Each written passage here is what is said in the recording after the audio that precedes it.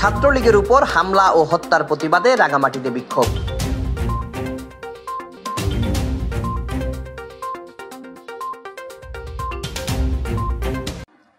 মহান স্বাধীনতাকে কটাক্ষ, ৭১-এর ঘৃণিত গণহত্যাকারী রাজাকারদের প্রতি সাফাই ও আন্দোলনের নামে অস্থিতিশীলতা তৈরি এবং ছাত্রলীগের উপর বর্বরোচিত হামলা ও হত্যার প্রতিবাদে রাঙামাটিতে বিক্ষোভ মিছিল ও সমাবেশ করেছে জেলা ছাত্রলীগ।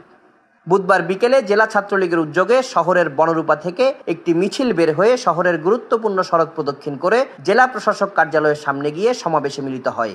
সমাবেশে রাঙামাটি জেলা ছাত্রলীগের সভাপতি রনি হোসেনের সভাপতিত্বে ও সাধারণ সম্পাদক সোহাগ চাকমার সঞ্চালনায় প্রধান অতিথি ছিলেন জেলা আওয়ামী লীগের সাধারণ সম্পাদক হাজী মোহাম্মদ মুসা মাতব্বর। এতে সহসভাপতি হাবিবুর রহমান হাবিব ও রফিকুল মাওলা, সাংগঠনিক সম্পাদক মোহাম্মদ শাওয়াল উদ্দিন, কোষাধ্যক্ষ হাজী সলিমুল্লাহ সেলিম, স্বাস্থ্য ও জনসংখ্যা বিষয়ক সম্পাদক ঝিনুক ত্রিপুরা, সদস্য মোহাম্মদ আবু তৈয়ব ও আশিস কুমার চাকমা নব, জেলা ছাত্রলীগের সাবেক সভাপতি আব্দুল জব্বার সুজন, সাধারণ সম্পাদক প্রকাশ চাকমা সহ আওয়ামী লীগের সহযোগী অঙ্গ সংগঠনের বিভিন্ন স্তরের নেতৃবৃন্দ উপস্থিত ছিলেন।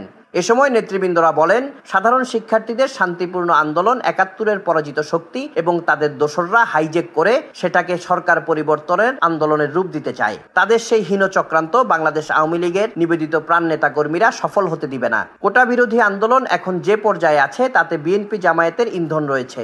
দেশের স্বাধীনতা এবং মুক্তিযুদ্ধকে টার্গেট করে যে আন্দোলন তা যে কোনো মূল্যে প্রতিহত করা হবে। মহান মুক্তিযুদ্ধের চেতনায় লালিত ও পরিচালিত বাংলাদেশে রাজাকারের উত্তরসূরিদের ঠাঁই নেই। সমাবেশ শেষে কেন্দ্রীয় কর্মসূচির অংশ হিসেবে নিহত ছাত্রলীগ কর্মীর আত্মার মাগফিরাত কামনায় গায়েবানা জানাজা অনুষ্ঠিত হয়। Desk report, CST TV।